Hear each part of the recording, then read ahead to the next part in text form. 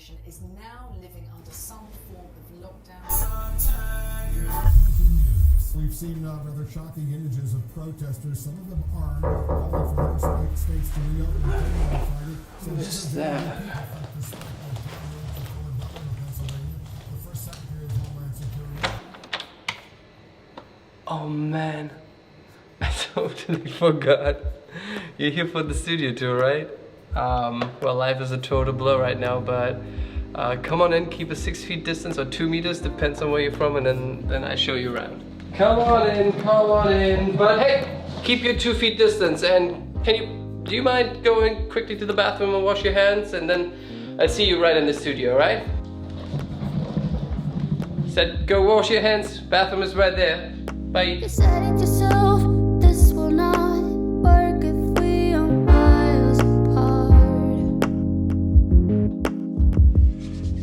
Okay, so since most of us are bound to our homes for good reasons these days, we may want to use the time and think about how we could turn our living space into a versatile, good-looking studio to record our YouTube videos on our own from our home. Actually, some of these setups and tips that I'm gonna cover today could be even used to make you look better on video calls that we got to love and hate these days. My mom loves it, right? Yeah.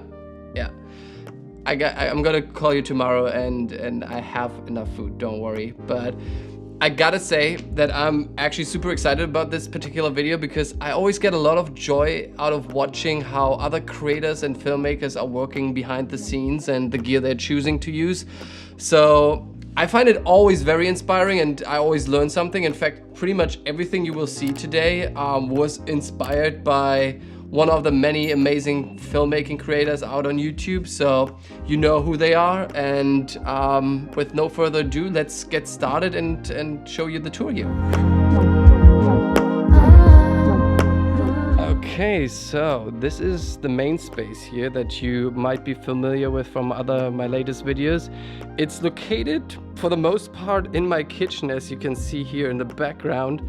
That's because I live in a 570 square feet apartment in downtown Chicago and there is just not that much space. And the centerpiece is really, let me go around here, this kitchen island that I got from Wayfair. Which I usually line this way when you're like doing the daytime, but when I turn it into studio, I put it on these little fleece pads here, so I can easily move it around on the hardwood floor and use it for different kind of video angles. Okay, so before we get to the camera, let's talk about one of the most important part of your studio setup, and that's lighting. And you may have heard me and other creators say that before, but it is so easy to just geek out on the cameras and the lenses and whatnot. But what you will learn, and have possibly already learned over time, is that a good lighting setup makes actually so much more of a difference.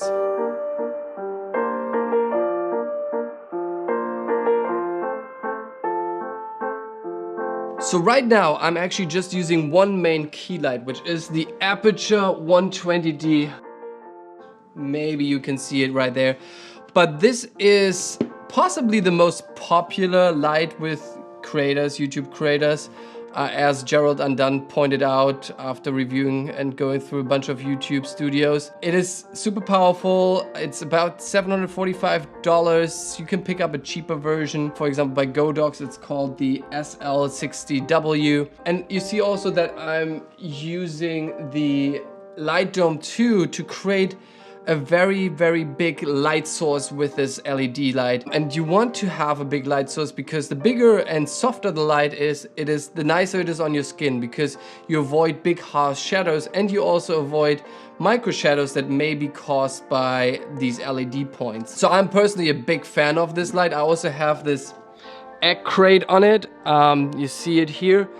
This is to avoid light spill to the background. I can turn around, you see, like to make it very dark. But if I want to actually have the background illuminated, I just point it like this and then you see my gray backdrop. And now you also see here a practical light, which I position in the frame to make it look a little bit more interesting, but it also functions as a backlight, as a hair light, to separate me from the background. And I put it now on a tungsten color, a warmer color. This is a bi-color light by Dracast. I had them for a couple of years already. And then over here, as you can see, I have a little Aputure MC, which is an absolute beast of a little RGB LED light. I use it as a fill, but also to highlight and put a spotlight on the gear that I'm putting here on the table. Comes in very, very handy. Oh, and then I have another Dracast LED panel, which I positioned right here at the bottom of the backdrop. And as you can see, I clamped a gel on it. First of all, clamps incredibly important and an absolute must in every studio. So I put a gel, basically color modifier, on this LED light to create this kind of teal tone, which goes really nicely in contrast with my warmer-ish backdrop, as well as with my face. It really makes me pop a little bit more out here, and it gives a bit of a different, more interesting look. At this point, a little disclaimer: all the gear I'm showing you today I accumulated over years and years of photography and filmmaking, and this just didn't happen overnight, by no means. And by no means do you need all this gear to have really great looking studio results. Believe it or not, I have a 9-to-5 job, and like other people geek out on cars and dump their money into new rims. I have constantly been investing into my passion for cinematography and thriving to get better and learn along the way. So I needed to get this off my chest before I get slack in the comments. But if you want to pick up any of these pieces of gear I'm using in this video, I will leave the links to the stuff in the description below. But yeah, let's go over to the camera.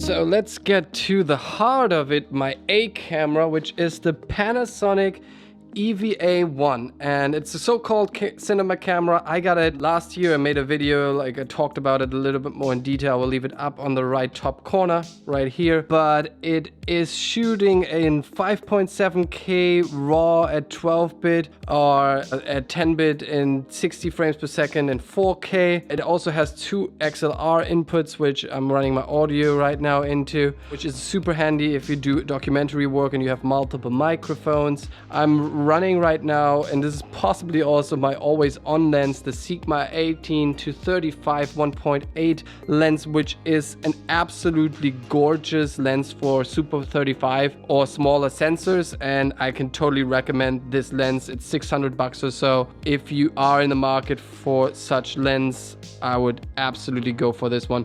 What you can't see right now is there's also a Pro Mist filter on it, a filter that basically softens the light, the highlights of the light, and makes your skin look a little bit more pleasing, I would argue. And it is also making it a little bit more organic. Okay, as for a B camera, I'm actually shooting on my good old proven A7S II, and this has been really my workhorse. I can use it either as a B camera for a different angle, or as for top-down shots to show stuff right here. And on the A7S II, I'm sporting the Tamron 24 to 70 millimeters 2.8, which is a super heavy lens, but very versatile, especially if you go out and travel. Since these two cameras are by different manufacturers and the colors are not matching, I'm actually oftentimes, especially when I'm using this as a B cam, using this X-Rite Color Checker Video Mini, I believe. That's a mouthful, but it is not only a gray card to check your white balance, but it also has these color clips in here, which allows you to nail down your colors of both cameras to, basically try to match them as good as possible. A very handy piece that I take everywhere where I run a proper production. Super handy.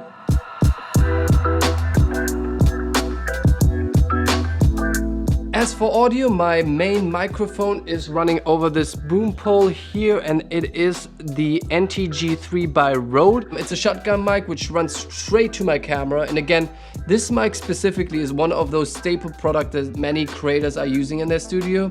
Audio is similarly to lighting, quickly overlooked and dismissed when you start out because it's just not as sexy, but the importance cannot be overstated enough, and you can get away with shaky and even blurry footage. Your viewers will forgive you, but if your audio is not clean, our brains just cannot deal with it. for too long. Also the distance between microphone and you should be equal to what you have when you have a conversation with another person, pre-COVID that is, otherwise it would be 6 feet away. We learned that. Actually, another audio hack that I picked up from Indie Mogul is using moving blankets to optimize the sound and reduce reverb in your studio. And they're just a fraction of the cost of professional sound blankets, but get you, I would say, you know, like 80 to 90% there. And it makes quite a difference. I also put one here as like almost like a carpet, which also helps me to protect my hardwood floor from all these C-stands. But it's definitely a way to optimize, a very cheap hack to optimize the audio. It goes oftentimes way further than a more expensive microphone. Talking about cheap hacks, let's talk about my backdrop hack that I used for a recent video, and I kept it up so I can talk about it in this video. I actually first saw it on Mango Street. It's such a neat and easy tip to create an interesting backdrop. You just use the pages of newspapers or magazines and just create and build your own backdrop. And as you can see, it like creates like a very intriguing and interesting background. My main backdrop that I just recently got actually is seamless paper. I've never worked with seamless paper before, but it is this thick paper that comes on a roll that you position between two C-stands and a rod. And it is very nice because it creates this very even surface of which the light reflects and bounces off just perfectly, so that you have this very, very nice and neutral background. A big shout out to Savage, who sent me this seamless paper to try it out, and I have to say I'm very, very happy with it. In fact, I actually ordered 2 more rolls of different colors for another project of mine. So the color I picked here specifically is called charcoal gray. It is just the right gray tone that allows you to go really dark, as we've seen when I turned off the LED light down here. But it can also give you a variety of looks. You can play with colors, as we've seen, by using an RGB light or gels down here. Savage was also kind enough to send me another roll, and this is the pure white one, which is also very versatile. Obviously, it's a white background, but you can also use it as a bounce board for light. Remember how we wanted to create a big soft light source? Pointing the Aputure 120D right at this and passively basically have the light bounce off it to hit your subject provides you with an even bigger and softer light source. So again, thank you, Savage. This is great.